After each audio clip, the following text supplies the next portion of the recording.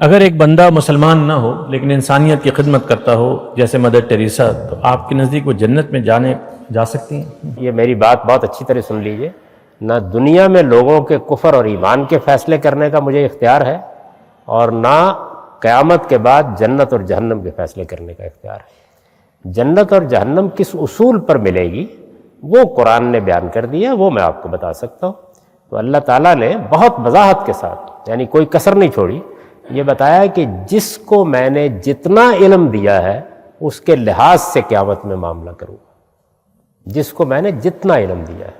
چنانچہ سورہ اعراف میں دیکھیے کیا کہا ہے، نقل کیا ہے یہ کہ قیامت میں کچھ ایسے لوگ بھی ہوں گے جو کھڑے ہو کر یہ کہیں گے کہ ہمیں تو کسی پیغمبر کا پتہ ہی نہیں تھا، ہی نہیں، معلوم ہی نہیں۔ اور مزید الفاظ یہ ہیں کہ ہمارے آبا، ہمارے باپ اور ہمارے اجداد اور ہمارے پرانے لوگوں کو بھی کوئی پتہ نہیں تھا، ایسی جگہوں پر ہم پیدا ہوئے رہے، تو پروردگار ہمیں آپ کس لیے پکڑ رہے ہیں؟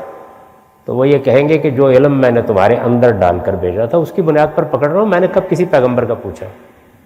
تو اس لیے جتنا جس کا علم ہے، اور مدر ٹریسا کو کتنا علم تھا، آپ کو کتنا علم ہے، میں نہیں جانتا، تو اس لیے اس کا فیصلہ کرنے کا اختیار بھی مجھے نہیں دیا گیا۔ وہ جو دلوں کا حال جانتا ہے وہ فیصلہ کرے گا قیامت میں، اور اس نے یہ کہا ہے کہ میں کھجور کی گٹھلی کے اوپر جو ہلکا سا دھاگا ہوتا ہے اس کے برابر بھی کسی پر ظلم نہیں کروں، اطمینان رکھیے۔ اور دوسری بات یہ کہی ہے کہ کسی نیکی اور خیر کے عمل کو میں کبھی ضائع نہیں کرتا جو میرے لیے کیا جائے۔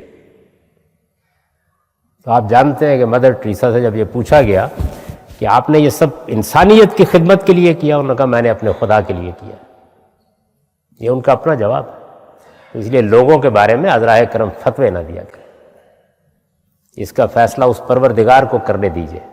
قیامت کے دن کیا کہا جا سکتا ہے کہ کتنے ہیں کہ جو اپنے آپ کو مسلمان کہلاتے ہیں وہ دوسری صف میں کھڑے ہوں گے، اور کتنے ہیں کہ جن کو آپ مسلمان نہیں سمجھتے اور وہ کسی دوسری صف میں کھڑے ہوں گے۔